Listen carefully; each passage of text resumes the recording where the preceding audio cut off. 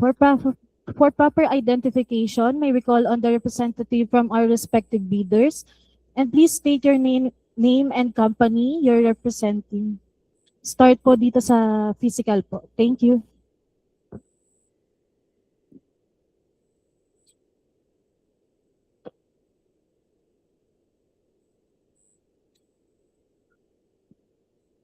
Hi, good morning. I'm John Kenneth Iglesias from Awin Enterprise and Solutions Incorporated.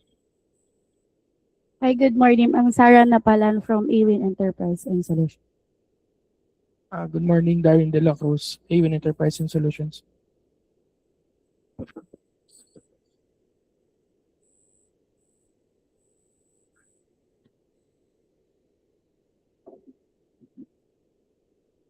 Next po is for our participants online. Please po please open your camera and identify yourself po and your company you are representing. Thank you.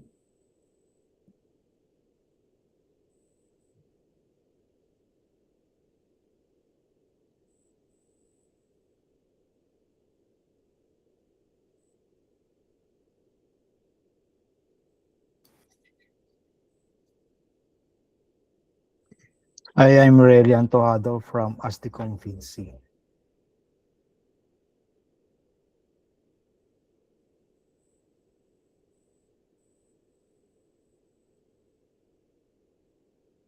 Ng Marikina City, alam ko may mga ginagawa ng intervention para tulungan ang ating mga nangingigaw sa mga kababayan. Hi, this is Edo Pulencio from Infiniban Inc.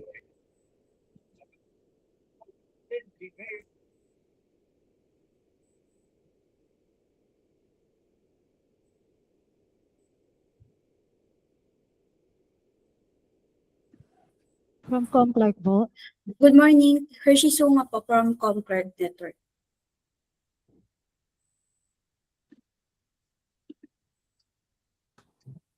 Hi, Good morning po, Ken Samonte from Comclark po. Thank you. Good morning. This is Menchi of Live and Trade Corporation.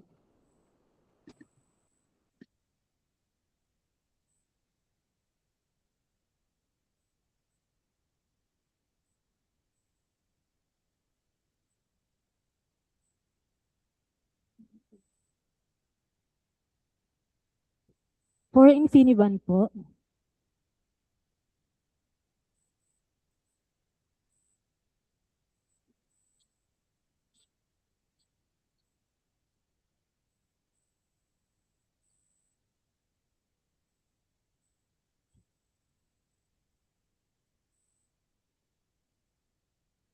Representative po from FiberNet, Construct Corp.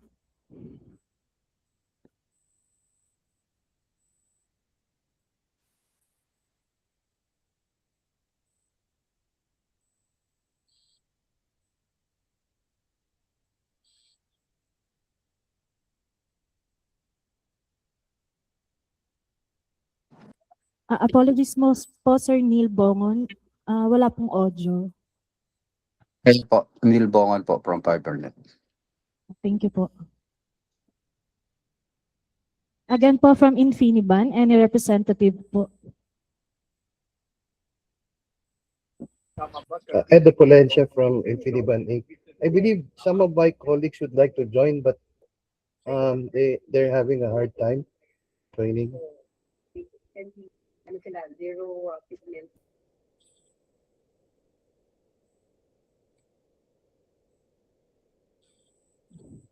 So thank you everyone po. We wish to inform all the prospective bidders and participants that this meeting is being recorded for documentation purposes and in compliance with the directive of the head of procuring entity through the back secretariat. This proceeding is being broadcast live pursuant to Section 38 of RA 12009 and it's currently live streaming via the DICT's official YouTube channel at Department of ICT Philippines. This is in line with the department's commitment to uphold transparency and public accountability in all procurement processes. Madam Chair, with your permission, we will now proceed to present the presentation materials for this project.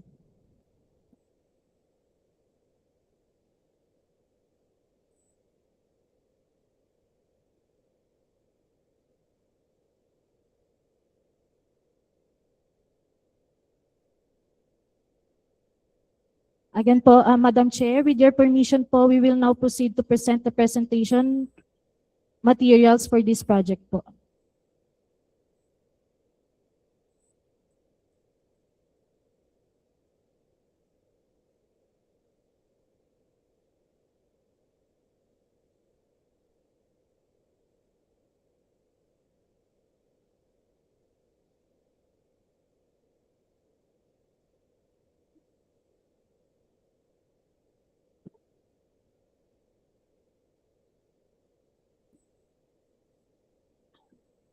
Again po, Madam Chair, the prospective bidders already presented their company po. And now po, with your permission, we will now proceed to present the presentation materials for this project. Okay, please proceed. Thank you po, Madam Chair.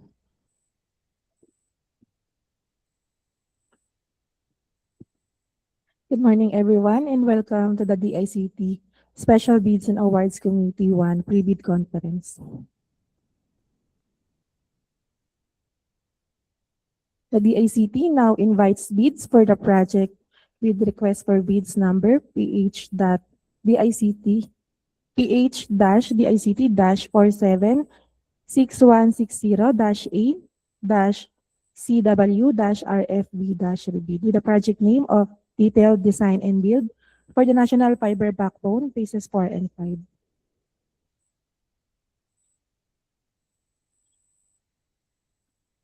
For the project details, the specific procurement notice or SPN and standard procurement documents SPD for the project was posted on the following: systematic tracking of exchanges in procurement or STEP on March 6, 2026 at the World Bank external website posted last March 9, 2026 and also at the DICT website and the ICT bulletin board. While posted in the MJEPS on March 10, 2026. Invitation to observers for this pre-bid conference were sent last March 10, 2026 to the following: Commission and Audit, Chief Information Officers Forum Foundation Incorporated, Institute of Electronics Engineers of the Philippines Incorporated, and Philippine Society. The provisional member or end-user representative to the DICT SBAC 1 for this project is Director Antonio Edward E. Padre. And the companies or prospective bidders who pre-registered for today's pre-bid conference are the following: Trends and Technologies Incorporated, Infiniban Incorporated, FiberNet Construct Corporation, Livan Trade Corporation, Comclark Network and Technology Corporation, and AWIN Enterprise and Solutions Incorporated. Aims to discuss are the following: House rules, standard procurement notice, instruction to bidders, bid data sheet, evaluation and qualification criteria, bidding forms, particular conditions of contract, e-procurement video guide, and employer's requirement. With the House rules, everyone is encouraged to make clarifications and kindly identify your name and company name before raising a question. And kindly limit your questions to the details of the procurement at hand. For the standard procurement notice, the Republic of the Philippines has received a financing from the World Bank toward the cost of the Philippines Digital Infrastructure Project or PDIP and intends to apply the part of the proceeds toward payments under the contract for the detailed design and build for the National Fiber Backbone Phases 4 and 5. Bidding will be conducted through international competitive procurement using requests for bids or RFB as specified in the World Bank's procurement regulations for IFB borrowers, Procurement Regulations, September 2023, and is open to all eligible bidders as defined in the procurement regulations. Bids will be evaluated in accordance with the evaluation process set out in the bidding documents. The following ratings shall apply for rated criteria: for technical and non-price factors, 60%, cost 40%, with a total of 100%. Interested eligible bidders may obtain further information from the details below and inspect the bidding documents during office hours from 9 a.m. to 4 p.m. Philippine time at 19th floor, Procurement Service 27807 Epifanio de los Santos Avenue, Diliman, Quezon City. The bidding document in English language may be purchased by interested eligible bidders upon submission of a written application to the address below and upon payment of non-refundable fee of 10,000 pesos. The mode of payment will be any of the following: cash at the office address indicated below, or other mode of payment through the ICT e-procurement system, which may be accessed at https://eprocurement.dict.gov.ph. Bids must be delivered to the address below on or before April 17, 2026 at 10 a.m. Electronic bidding will not be permitted, and late bids will be rejected.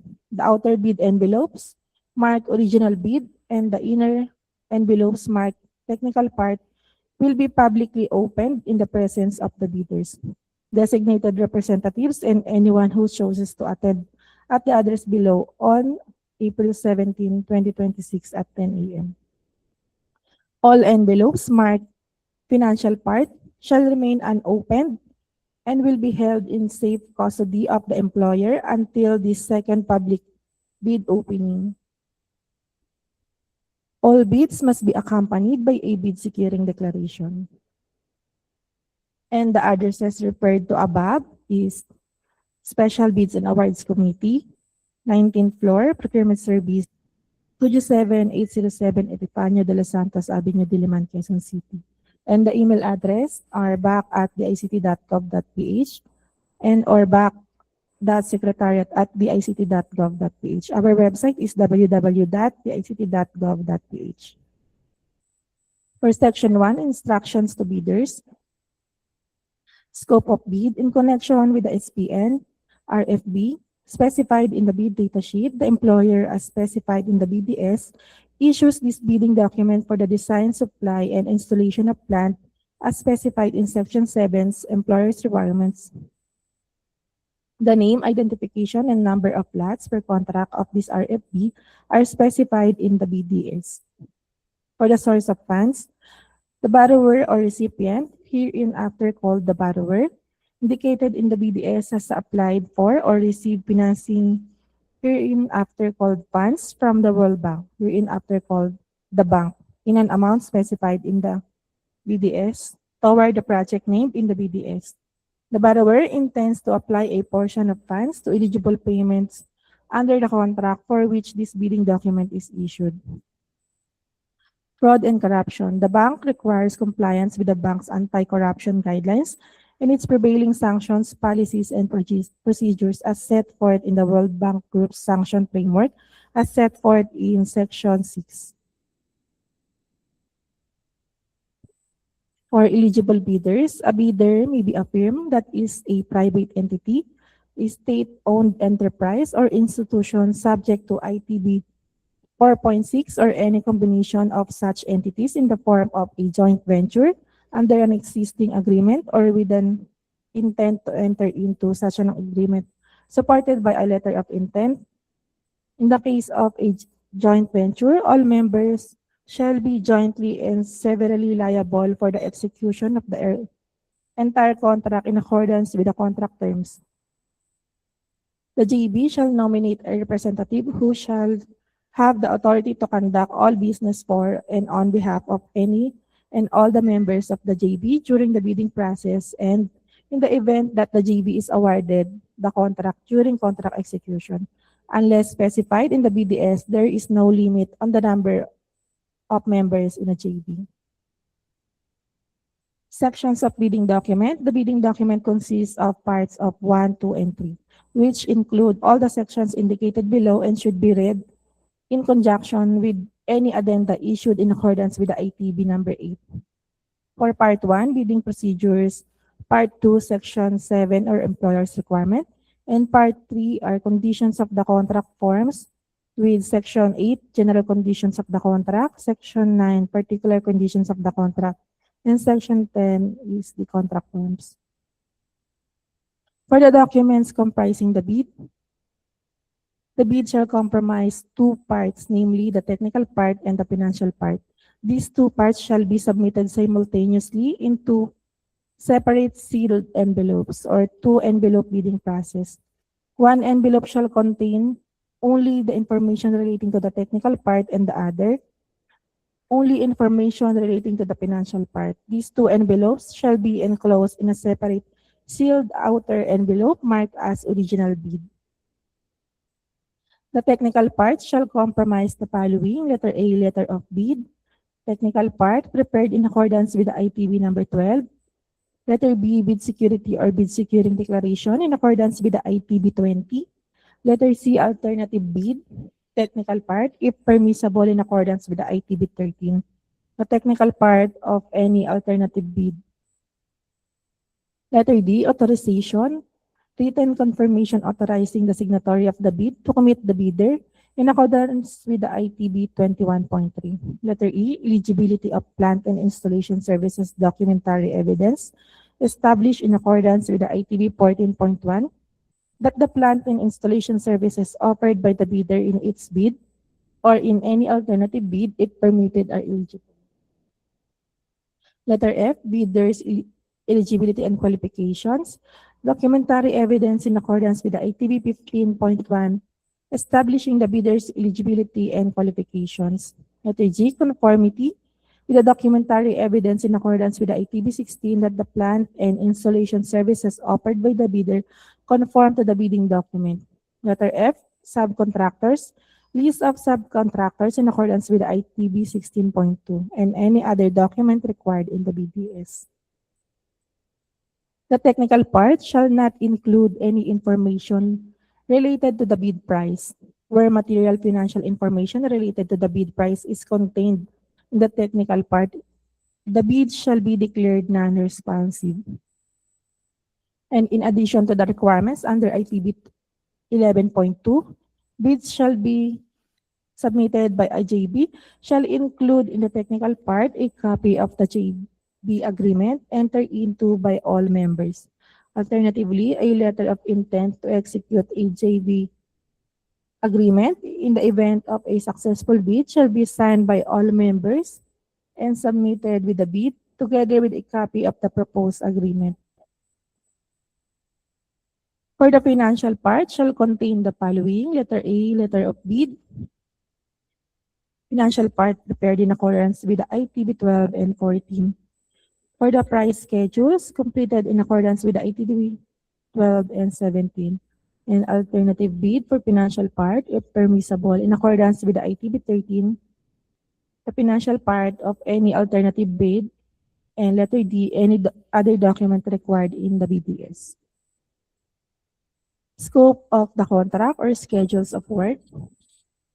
Depending on the scope of the contract, the price schedules may comprise up to 6 schedules listed. Separate number schedules included in Section 4 bidding forms from those numbered 1 to 4 below shall be used for each of the elements of the plant and installation services. The total amount from each schedule corresponding to an element of the plant and installation services shall be summarized in the schedule titled Grand Summary, Schedule 5. Giving the total bid price to be entered in the letter of bid. Bidders shall note that the plant and equipment included in schedule numbers 1 and 2 below exclude materials used for civil, building, and other construction works. All such materials shall be included in price under schedule number 4, installation services. The schedule comprised schedule number 1, plant, schedule number 1, plant, including mandatory spare parts supplied from abroad. Schedule number 2, plant, including mandatory spare parts supplied from within the employer's country. Schedule number 3, design services. Schedule number 4, installation services. Schedule number 5, grand summary. Schedule numbers 1 to 4. Schedule number 6, recommended spare parts. For the currencies and bid payment, the bidder may express the bid price in any currency. If the bidder wishes to be paid in a combination of amounts in different countries, it may quote its price accordingly, but it shall use no more than 3 foreign currencies in addition to the currency of the employer's country. Period of validity of bids. Bids shall remain valid until the date specified in the BDS or any extended date if amended by the employer in accordance with the ITB 8. A bid that is not valid until date specified in the BDS or any extended date if amended by the employer in accordance with the ITB shall be rejected by the employer as non-responsive. For bid security, the bidder shall furnish as part of the technical part of its bid either a bid security or a bid security as specified in the BDS in original form, and in the case of bid security, in the amount and currency specified in the BDS. For the format and signing of bid, the bidder shall prepare the bid in accordance with instructions ITB 11 and 22. Bidder shall mark as confidential information in their bids, which is confidential to their business. This may include proprietary information, trade secrets, or commercial or financial sensitive information. The original and all copies of bid shall be typed or written in edible ink and shall be signed by a person duly authorized to sign on behalf of the bidder. This authorization shall consist of a written confirmation as specified in the BDS and shall be attached to the bid. The name and position held by each person signing the authorization must be typed and printed below the signature. All pages of the bid where entries or amendments have been made shall be signed or initialed by the person signing the bid. For the submission of bids, the bidder shall deliver the bid in 2 separate sealed envelopes, the technical and financial, and these 2 envelopes shall enclose in a separate sealed outer envelope marked original bid. In addition, the bidder shall submit copies of the bid in the number specified in the BDS. Copies of the technical part shall be placed in a separate sealed envelope marked as copies technical part. Copies of the financial part shall be placed in a separate sealed envelope marked as copies financial part. The bidder shall place both of these 2 envelopes in a separate sealed outer envelope marked bid copies. In the event any discrepancy between the original and copies, the original shall prevail. For the deadline for submission of bids, the employer may, at its discretion, extend the deadline for the submission of bids by amending the bidding document in accordance with the ITB 8, in which case all rights and obligations of the employer and bidders previously subject to the deadline shall thereafter be subjected to the deadline as extended. For the late bids, the employer shall not consider any bid that arrives after the deadline for submission of bids in accordance with the ITB 23. Any bid received by the employer after the deadline for submission of bids shall be declared late, rejected, and returned unopened to the bidder. Withdrawal, substitution, and modification of bids. Bidder may withdraw, substitute, or modify its bid after it has been submitted by sending a written notice duly signed by an authorized representative and shall include a copy of the authorization in accordance with the ITB 21.3, except that withdrawal notices do not require copies.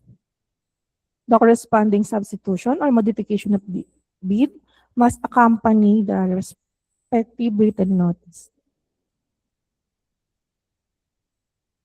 For the public opening of technical parts of bids, except as in the cases specified in ITB 24 and 25.2, the employer shall publicly open and read out all bids received by the deadline at the date, time, and place specified in the BDS in the presence of the bidders, designated representatives, and anyone who chooses to attend.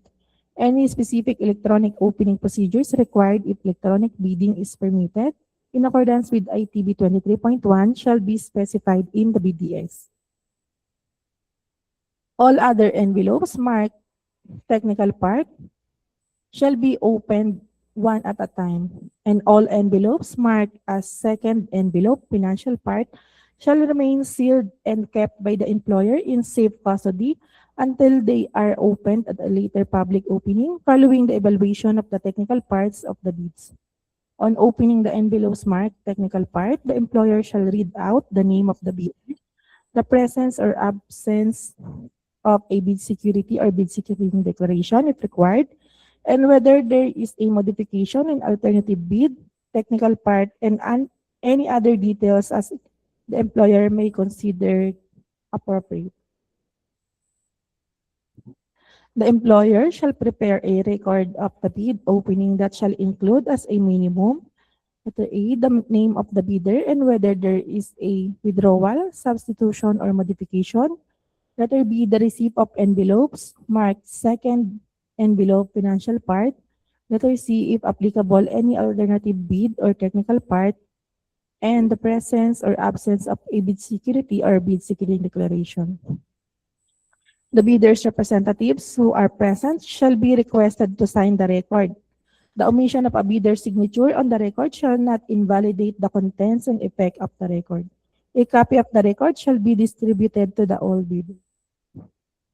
For the evaluation of bids, general provision, information relating to the evaluation of technical parts shall not be disclosed to bidders or any other persons not officially concerned with the bidding process until the notification of evaluation of the technical part in accordance with ITB 33. Information relating to the evaluation of financial part, the evaluation of combined technical part and financial part, and recommendation of contract award shall not be disclosed to bidder or any persons not officially concerned with the RFB process until the notification of intention to award of the contract is transmitted to bidders in accordance with the ITB 42.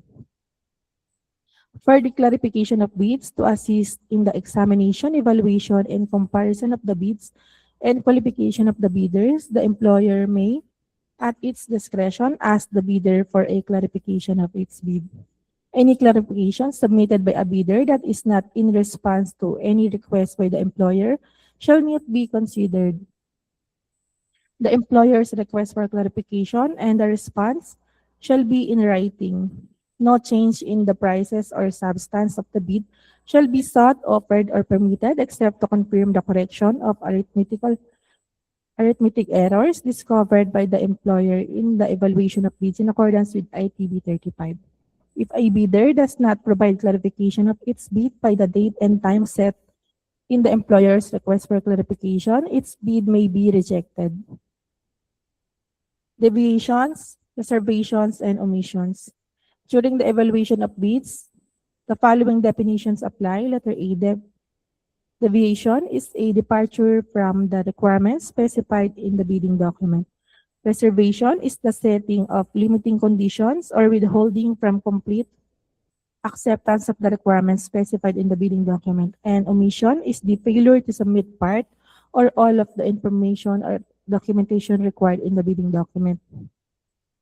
Provided that the bid is substantially responsive, the employer may waive any non-material non-conformities in the bid. And provided that the bid is substantially responsive, the employer may request that the bidder submit the necessary information or documentation within a reasonable period of time to rectify non-material non-conformities in the bid related to documentation requirements. Requesting information or documentation of such non-conformities shall not be related to any aspect of the price of the bid, and failure of the bidder to comply with the request may result in the rejection of its bid. For the evaluation of technical parts, determination of responsive of technical part, the employer's determination of the technical parts responsiveness shall be based on the contents of the bid as specified in ITB 11. And preliminary examination of the technical parts shall be carried out to identify proposals that are incomplete, invalid, or substantially non-responsive to the requirements of the bidding documents. A substantially responsive bid is one that material confirms the requirements of the bidding document without material deviation, reservation, or omission. The employer shall determine to its satisfaction whether the bidders that have been assessed to have submitted substantially responsive bids are eligible and either continue to meet, if pre-qualification applies or meet, or if pre-qualification has not been carried out. The qualifying criteria specified in Section 3, Evaluation and Qualification Criteria. The determination shall be based upon an examination of the documentary evidence of the bidder's eligibility and qualification submitted by the bidder pursuant to ITB 15. The determination shall not take into consideration and qualification of other firms such as bidders' subsidiaries, parent entities, affiliates, subcontractors, other than the specialized subcontractors if permitted in the bidding document, or any other firm. Prior to the contract award, the employer will verify that the successful bidder, including each member of the JP, is not disqualified from the bank due to the non-compliance with contractual sexual exploitation abuse or sexual harassment prevention and response obligation.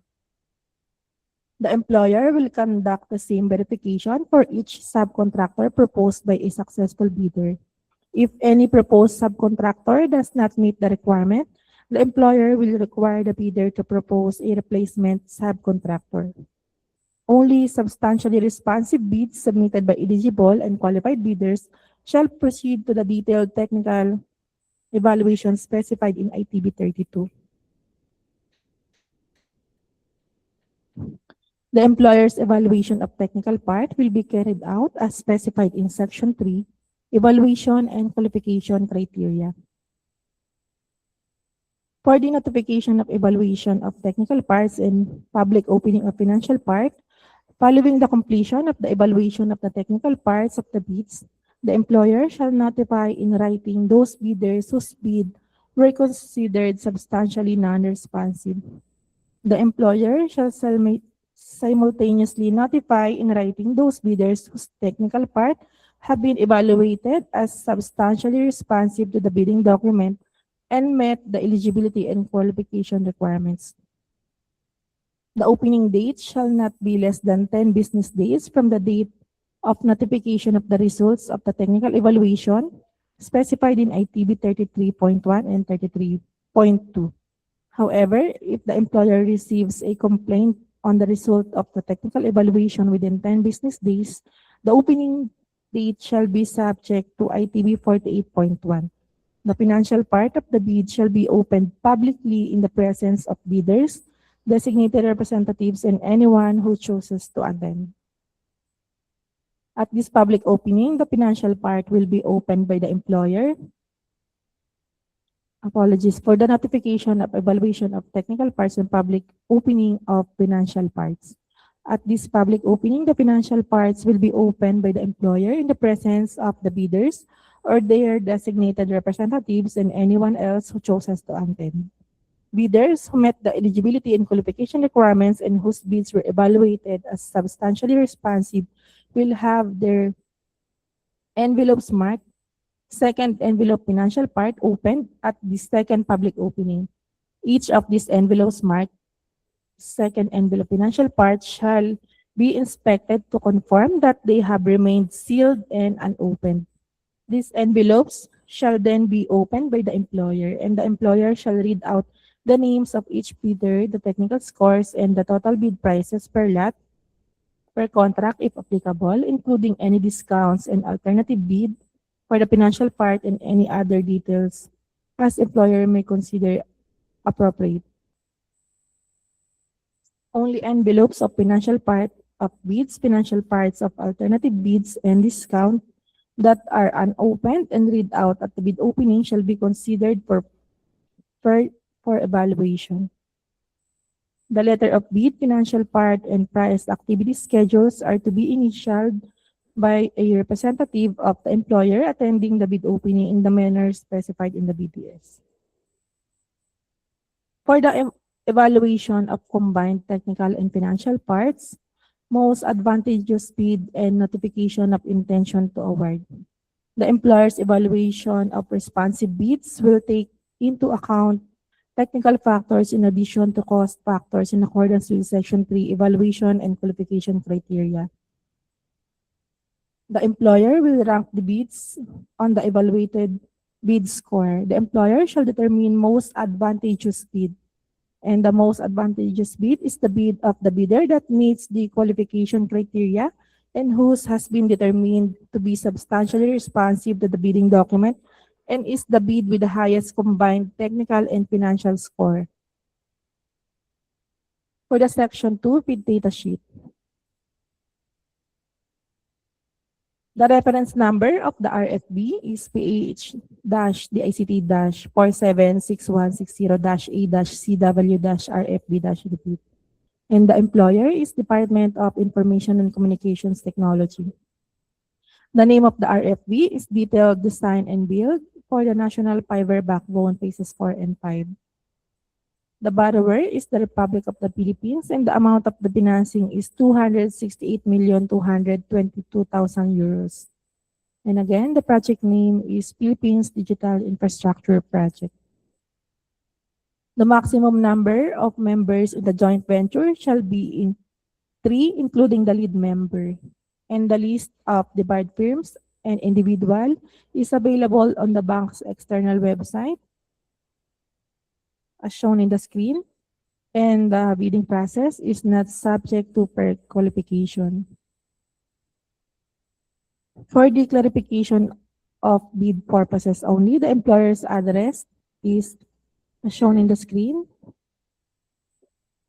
with the address of 19th floor, Procurement Service 2G7, 807 Epifanio de los Santos Avenue, Diliman, Quezon City, and with an electronic email address of back@dict.gov.ph or back.secretariat@dict.gov.ph.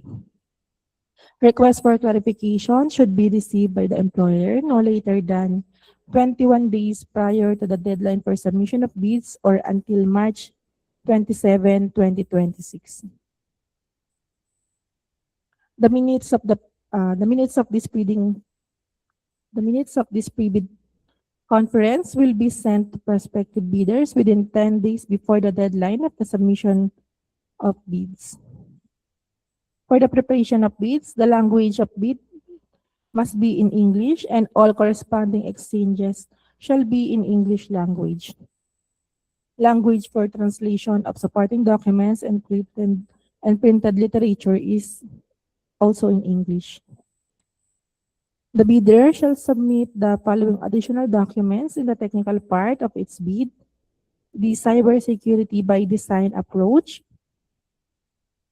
as shown in the screen, and code of conduct for contractors' personnel, and management strategies and implementation plans to manage the ES risk.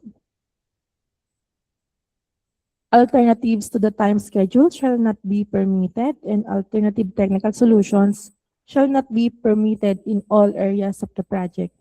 Bidders shall quote for the following components or services on a single responsibility basis: entire plant and installation services.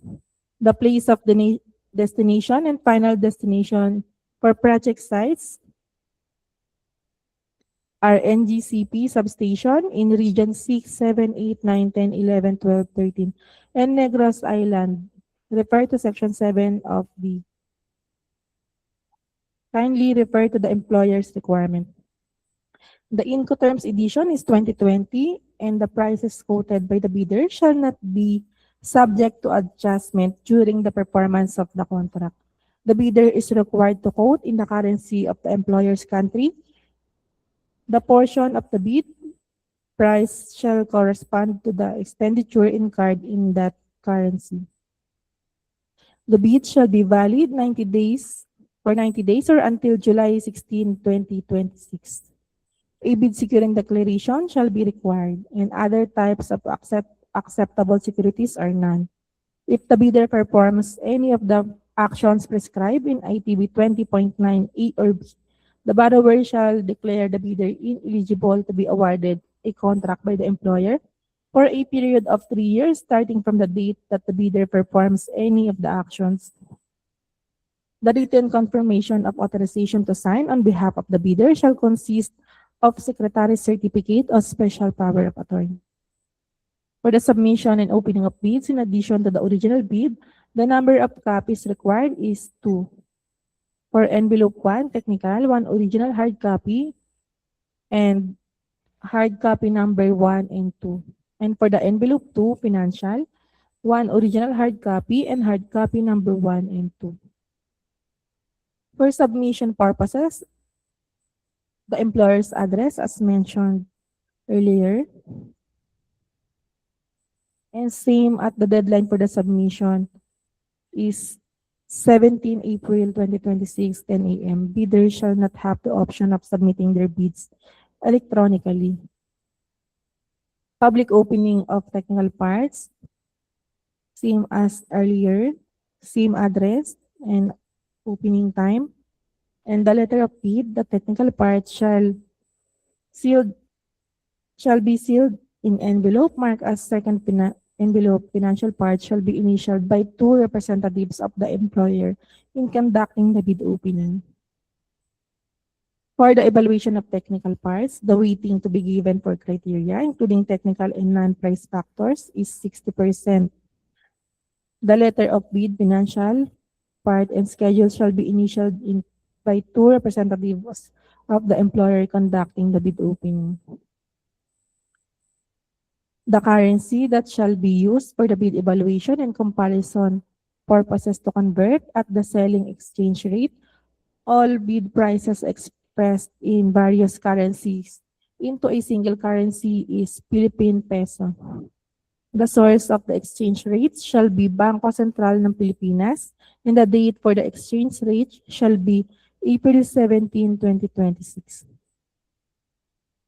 For the evaluation of combined technical and financial parts and most advantageous bid, the weighting to be given for cost is 40%, and respectively for the weight for the technical will be 60% and a total of 100%. For the Section 3 evaluation and qualification criteria, for the eligibility, number 1, nationality, in accordance with the ITB 4.4. Number 2, conflict of interest, as described in ITB 4.2. Number 3, bank ineligibility, not having declared ineligible by the bank as prescribed in 4.5.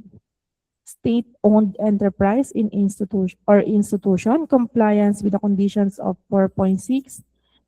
Ineligibility based or United Nations resolution or borrower's country in law, not having executed as a result of the borrower's country's law or official regulations or by an act of compliance with UN Security Council resolutions in accordance with the ITB 4.8 in Section 5. For the financial situation, financial capabilities, submission of audited balance sheet or if not required by the law, financial statements applicable to the employer for the last 5 years to demonstrate the current soundness of the bidder's financial positions and its prospective long profitability.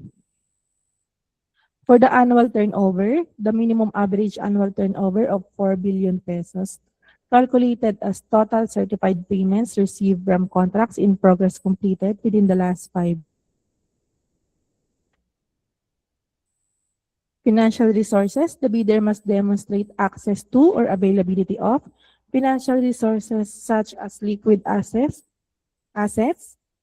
unencumbered real assets, lines of credits, and other financial means other than the contractual advance payment. Meet the following cash flow requirement, is 670 million pesos, and experience in information and communications technology under contracts in the role of contractor, subcontractor, or management contractor for at least 5 years starting January 1, 2020. Specific experience, participation as a contractor, joint venture member, management contractor or subcontractor in at least 2 contracts within the last 5 years with a minimum value of at least 535 million pesos each contract that have been successfully substantially completed and that are similar to the proposed plant and installation services. The similarity of the contracts shall be in the following: Number 1, optical transport network deployment. Number 2, telecommunications civil works activities. And number 3, outside plant facility. For letter B, for the above or other contracts executed during the period stipulated in 4.2A above, a minimum experience in the following key activities: design, build, and installation of ICT network and telecommunication facilities. The bidder shall provide a manufacturer's authorization that the said bidder is an accredited or authorized distributor or seller of the following proposed equipment to be supplied: OTN system, FOC, and high density or HDPE ducts. For the contracts in 4.2A above and any other contracts substantially completed in other implementation as prime contractor, JV member, or subcontractor between January 1, 2020, and application submission deadline experience in managing ES risk and impacts on the following aspects as specified in the employer's requirement. The bidder, or in case of JV, at least one company or partner must have a Philippine Contractors Accreditation Board license or PCAB license of AAA large B in general engineering, general building, or electrical works, and a special PCAB license for communication facilities. For Section 4, bidding forms, the prescribed forms that shall be prepared and used by the bidder are provided in the bidding documents, such as the letter of bid dash technical part, for the technical proposal, site organization, method statement, mobilization schedule, construction schedule, ES management strategies and implementation plans, risk assessments and proposed management plan, code of conduct for contractors personnel form, plant 85, contractors equipment, functional guarantees personnel, resume of proposed personnel, proposed subcontractors for major items of plant and installation services, others such as time schedule, bidder's qualification without pre-qualification, bidder information sheet, party to JV information sheet, historical contract of non-performance, pending litigation and litigation history, current contract commitments or works in progress, financial situation, history of financial performance, average annual turnover, financial resources, and for the experience, general experience, specific experience in key activities, form of bid securing declaration, manufacturer's authorization, schedule of rates and prices, schedules number 1 to 6, price adjustment, and for Section 4, particular conditions of the contract.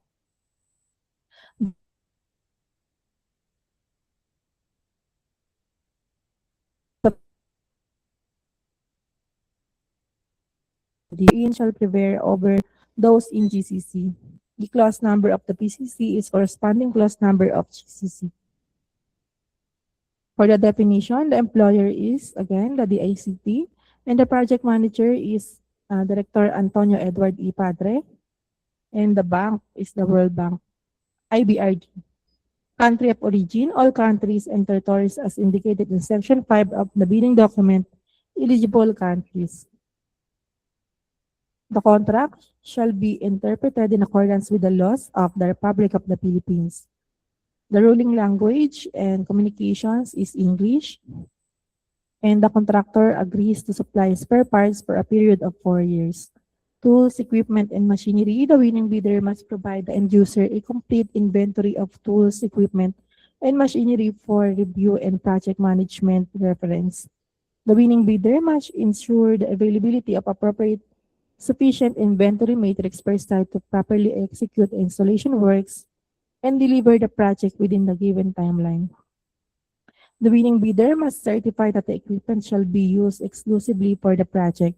And if the equipment is owned by a third-party contractor, the winning bidder must show a list of contract for the duration of the project, citing exclusively use of the tools, equipment, and machinery. The winning bidder must have tools, equipment, machinery, transportation, and accommodation support temporary field office, warehouse, and other related support needs within the duration of the contract. The contractor shall commence work on the facilities within 15 days from the effective date for determining the time of completion as specified in the contract agreement. The time for completion of the whole of the facilities shall be within 248 days from the effective date as described in the contract agreement. For the payment of bidding documents using e-procurement, we will flash on the screen the video guide.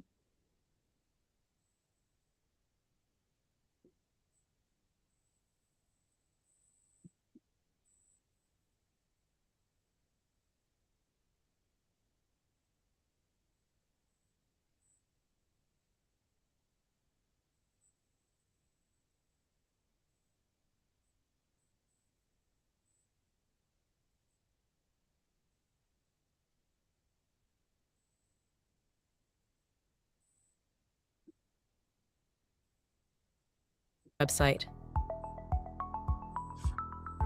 Open any web browser and go the https://eprocurement.dict.gov.ph. Click the Sign Up button. Provide a valid email address. Create a password with at least 8 alphanumeric characters, 1 uppercase, a number, and a symbol. Repeat your password for confirmation. Tick the checkbox to agree to the terms and conditions. And click Create Account button. Open the email account that you provided during registration. Check your inbox and verify your account by following the instructions in the email. Click Activate Your Account button. Go back to the e-procurement system and enter your registered email address and password. Click Login button, and you will be redirected to the onboarding page. Input your personal information and click Next button. Input your company information and click Next button. Review the information you provided and click Confirm button. Once onboarded, you will be redirected to the homepage/dashboard. Select the procurement project you wish to participate in by clicking the View Complete Details button. Select the lot you wish to participate and click Participate in Bidding button. A confirmation modal will appear. Review the details, click the Confirm button, and you will be redirected to the payment window. Select your preferred payment method from the list and click Pay Now button. Print and save the receipt as proof of payment and for reference. You may also check your email to view your receipt. Click the Go Back to Merchant button. You will be redirected to the My Transactions page, where a list of your transactions will be displayed.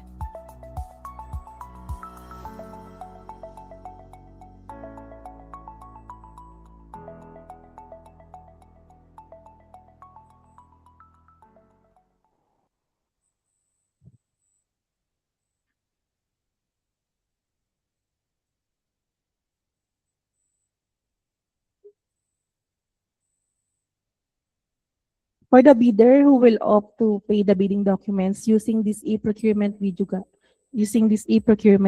you may send us an email and we will provide you the copy of this video guide.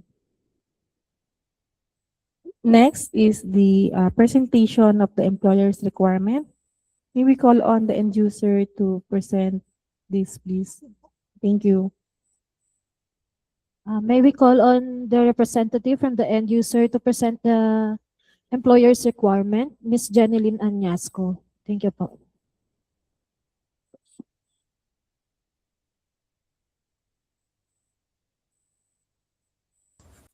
Miss Jen.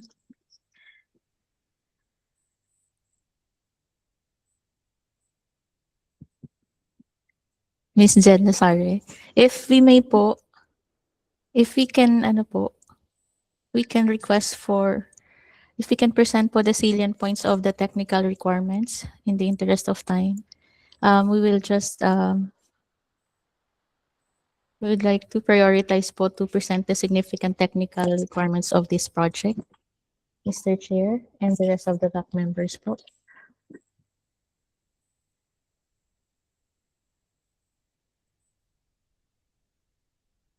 Madam Chair. Please proceed.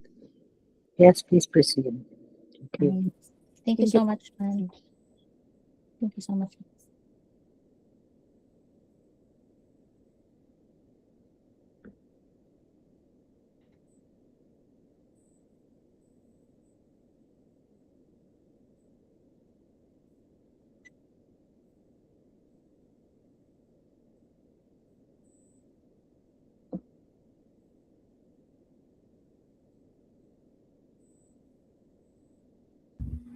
Good morning. For scope of work, the scope of work under this project shall cover the complete implementation of the National Fiber Backbone, Phase 4 and 5 from design and permitting to construction and system integration. The contractor shall be responsible for ensuring that all works are performed in accordance with approved design industry standards and applicable government regulations. The project shall consist of the following major phases. Design phase includes OTN, PU panel telecom shelter, and CEF. Kindly refer to Table 1 for OTN equipment installation sites and Table 2.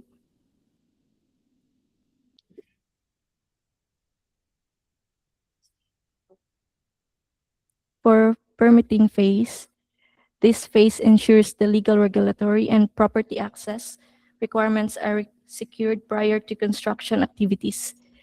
Construction phase. The construction phase covers all civil, structural, and passive infrastructure works necessary to establish the backbone and associated facilities. This includes site preparation and civil works, supply delivery and installation, detailed work section. In detailed work, this includes CEF, supply delivery and installation of telecommunication equipment shelter,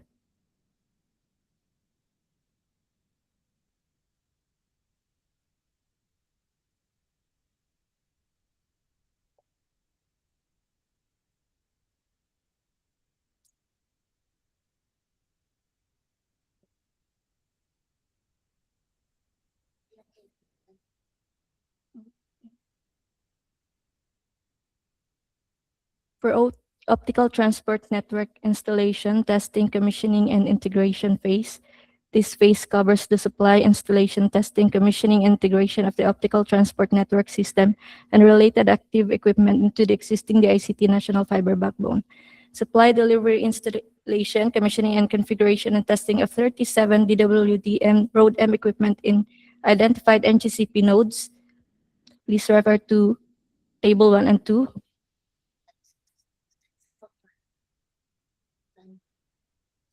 For Table 4, NFB Phase 2 and 3 cross-connect sites, 3.4.1.1 DWDM Road M broadband communication systems. Also includes network management systems and data communication network. Supply, delivery, installation, configuration, testing, and integration of hardware, software, and other peripherals necessary to the expansion nodes of NFB Phase 1, 2, and 3. General requirements. The winning bidder shall supply, install, test, commission, and integrate additional components, cards, and modules of the existing NFB Phases 2 and 3 DWDM Road M equipment as interface to the NFB Phase 4 and 5 network at the following equipment nodes: DWDM Road M in NGCP Batnon Samar, NGCP MRCC CDO Misamis Oriental, NGCP Villanueva Misamis Oriental, NGCP Maramag Bukidnon, NGCP Bunawan Davao, DICT Rosas Quezon City, DICT NGDC Subic, Olongapo City, Zambales. Testing and acceptance. General requirements. The winning bidder must provide test plans, method of procedures, and acceptance plan for the approval of the end user. The winning bidder must comply with approved test and acceptance plan for all installation materials to be delivered and installed, including but not limited to the following. This also includes the hardware and software components, approved FAT test plan, prerequisites for shipments and delivery, winning, and FAT report. FOC for CEF installation. Please refer to the table below. 5.1 for FOC typical test parameters. 5.2 for underground 7-way 16, 12 HDPE microduct typical test parameters. Table 5.3 optical joint enclosure typical test parameters. And for optical transport network, please refer to table 5.4 DWDM ROADM typical test parameters. Table 5.5 rectifier and battery banks typical test parameters. Technical specifications, fiber optic cable, 96 core FOC air-blown type. General description, the air-blown type mini FOC shall be laid in underground cable entrance facilities. All fiber optic cables must comply with the ITU-T G652D standards. Please refer to the table below for minimum technical requirements. For CEF, the specifications provided therein are minimum requirements, and the bidders may consider the proposing higher specifications as long as it is within the ABC. The following technical specifications shall be warranted through the issuance of certificate by the manufacturer. Please refer to the table below, including manholes, handholds, and telecommunication poles, microducts.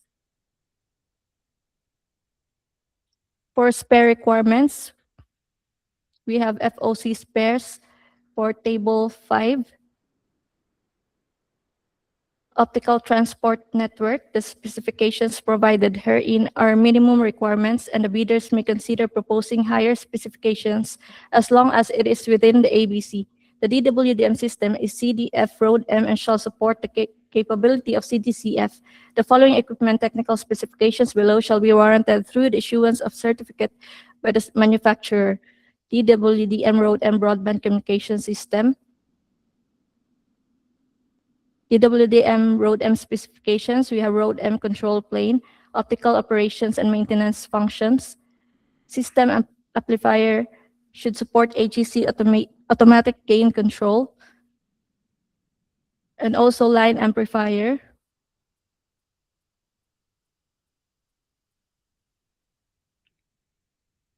For minimum node design details, we have table 6. Table 7 for NGCPO PGW fiber characterization data. Table 8 for regional nodes to core nodes service matrix.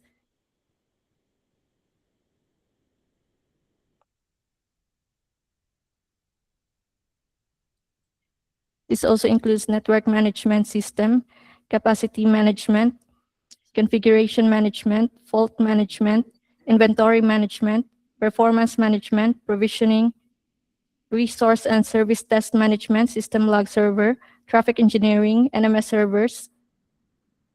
For 1.2.4 telecommunication equipment shelter technical specifications, we have minimum technical requirements, other ancillary materials needed for the completion of the project, seismic anchoring, equipment shelter collapsible cabin, assembly and installation, refurbishments, floor finish, entrance door, under racks, joineries, and cable ladder, we have battery rack, equipment rack, cable ladder, reinforced concrete substructures,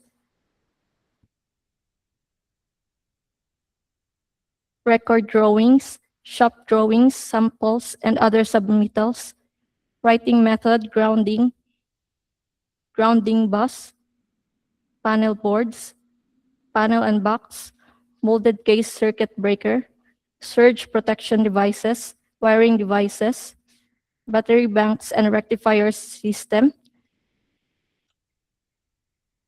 We have rectifier equipment rack, battery banks,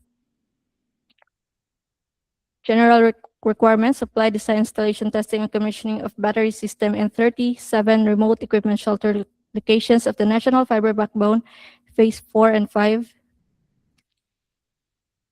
including but not limited to enclosed battery rack, battery management system, electrical cables, kits, and accessories. This should be included in the delivery of the telecom shelters. IP CCTV system, general requirements. Technical specifications, the IP CCTV system per site shall meet the following minimum technical specifications. For PU panel telecommunication shelter construction methodology and specifications, this section shall guide the winning bidder the required methodology and specifications that has been considered with consideration of the existing national and international construction standards. In the event that the winning bidder may find any improvements of the methodologies and specifications during the implementation, the winning bidder is required to inform the DICT standard references. Structural considerations, material specifications. We have construction methods and specifications, including pre-construction works, layout and staking, earthworks, rebar works. In rebar works, we have foundation, columns, beams, slab inside cabin, and we have form works, concreting works, non-shrink grout, welding, painting, canopy, electrical lighting, and panel boards or box installations, shelter installation, air conditioning unit installation. For spare requirements, the winning bidder shall provide 10% spare of critical cards and modules. Staffing and machineries and other construction requirements. We have staffing, fiber optic cable. Kindly refer to the table for key personnel and minimum qualifications. For optical transport network,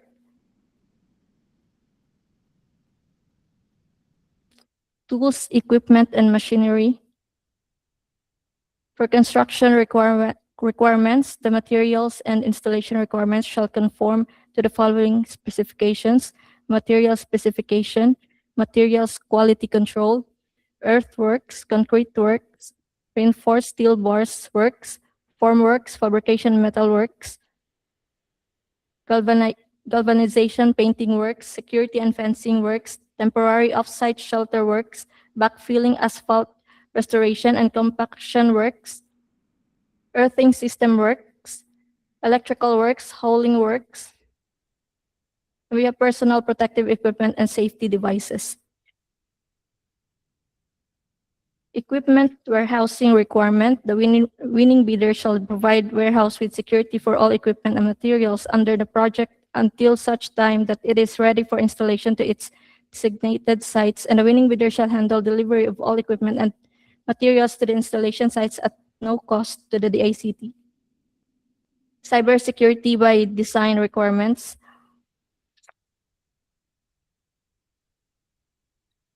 Kindly refer to the figures below, figure 1, figure 2, figure 3. And we have standards and design references.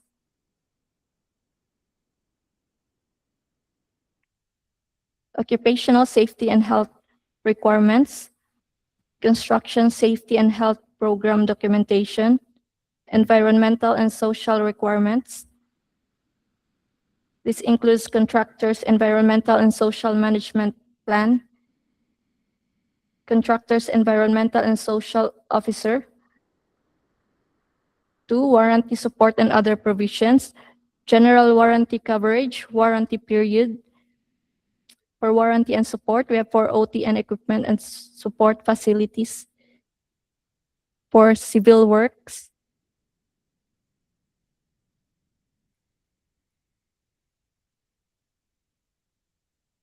and for support, the winning bidder must have tools, equipment, machineries, transportation, and accommodation support, temporary field office, warehouse, and other related support needs within the duration of the contract. This includes tools, equipment, and machinery, transportation, accommodation support. And we also have the temporary field office. Scope for spare requirements for the project communications. We have fiber optic cable build, optical transport network, includes DWDM Road M and Telecom Shelter, knowledge transfer and comprehensive training. This includes training prerequisites, course design and method of delivery. The training program must cover the minimum course topics below, including optical transport network. We have logistics, training date and duration. For documentation requirements, technical documentation, designs, reports, and plans. Under detailed design and construction plans, we have detailed work plan, fiber optic cable build, engineering plans. We have fiber optic cable build, fiber optic cable, optical transport network, drawing specifications and other documentations, test results and as-built plans, includes FOC build and optical transport network, OTN network management system, delivery of technical documents. We have access pass, gate pass, and other necessary passes. Restoration works, damages, and liabilities. For project implementation timelines, duration of the project is 248 calendar days upon receipt of the notice to proceed. Please refer to the table below for construction's representative and key personnel.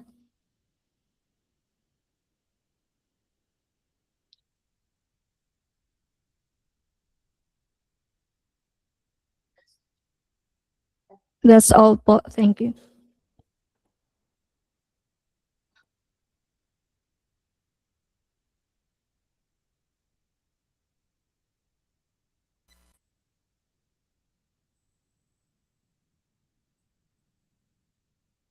Thank you po, Ms. Jeneline Anyasco. To all prospective bidders, you may now ask questions and clarification if there are any. Please raise a hand, and upon asking question, please state your name and the company you are representing for proper identification. Thank you po.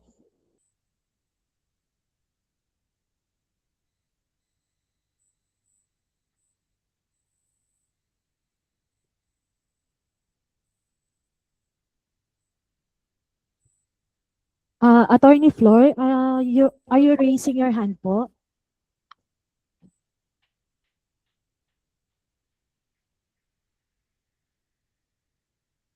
Sorry, no.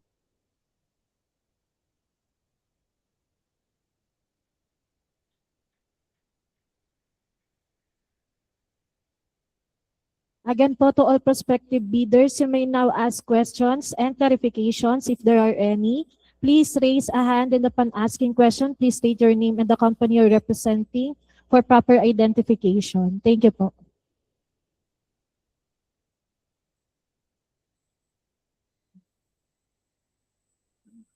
Zara Napalan from Awin Enterprise and Solutions. Ang question lang po namin is, how much po yung ABC?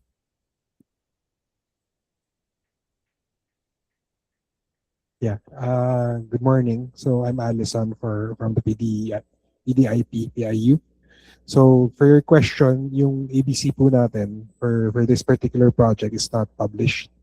However, you can look at the estimated project cost in the World Bank website. Kasi po, we're using World Bank rules and the ABC is not required. So that also means na hindi po tayo, if you exceed a certain amount or the project cost, hindi po siya automatic disqualification, unlike government procurement po natin. So, yun po, World Bank regulations po gagamitin natin, which is why hindi po publish ang ating approved budget for the contract. Thank you po, ma'am. Thank you po, sir. Other questions po?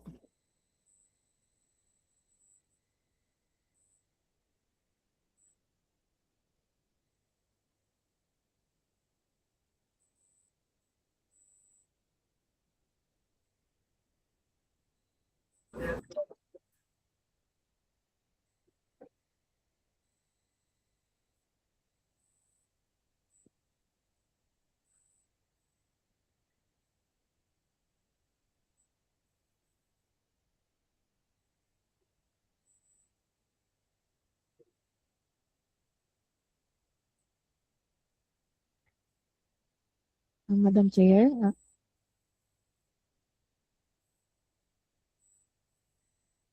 Madam Chair, I think there were now more questions from the prospective bidders po. Can we now present Yes. our final reminder po? Sige, please. Thank you. Please proceed.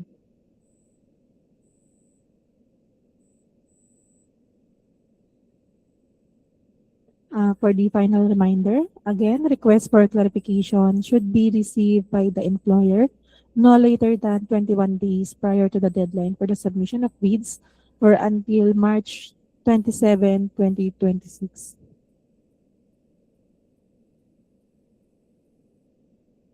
It must be emailed to the back@theict.gov.ph or back.secretariat@theict.gov.ph. That's all po, Madam Chair.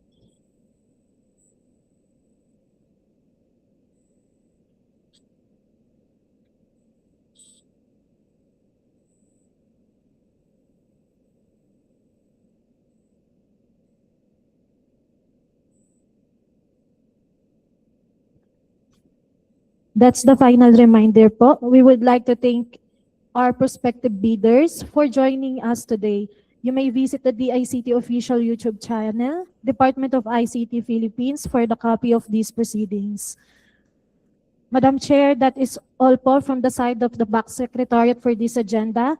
Having no matters to be discussed, you may now conclude this meeting po. Thank you po.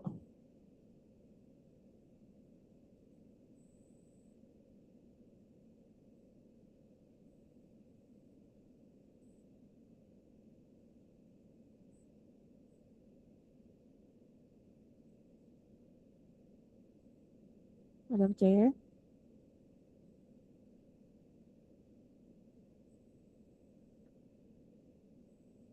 Yes. Sorry, ano to yung intermittent yung mawawala ka doon sa connection. We may now conclude this meeting po, Madam Chair. Okay, sige. So, with that, maraming salamat po lahat. Thank you for everyone who participated, and we would like to adjourn our meeting. Thank you.